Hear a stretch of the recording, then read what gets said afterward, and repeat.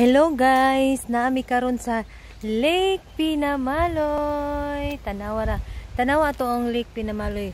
Tiyada kayo at ang palibot no. Then naay kuan dari na tourist dari na ni abot. Naka-green siya guys. So ato siya pangutanon. Sige. Tara guys. Hello ma'am. Hello. Ma'am, pwede ba ka na kumakuan daw sa camera? Ay, sikat ako. Pwede ba ka na ma-interview karong buntaga, ma'am? Okay ra. Wala. Okay, so gusto na daw siya magpakita sa camera. Mao na itong ma'am.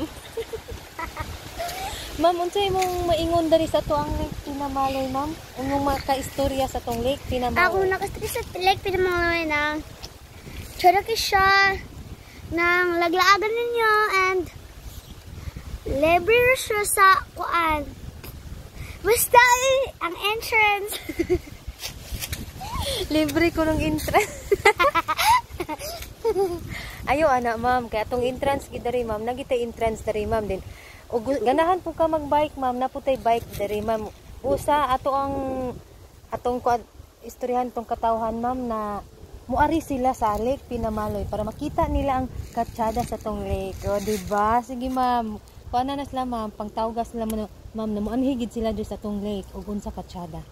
Ay na mag-anhe, kailangan kayo lang misda.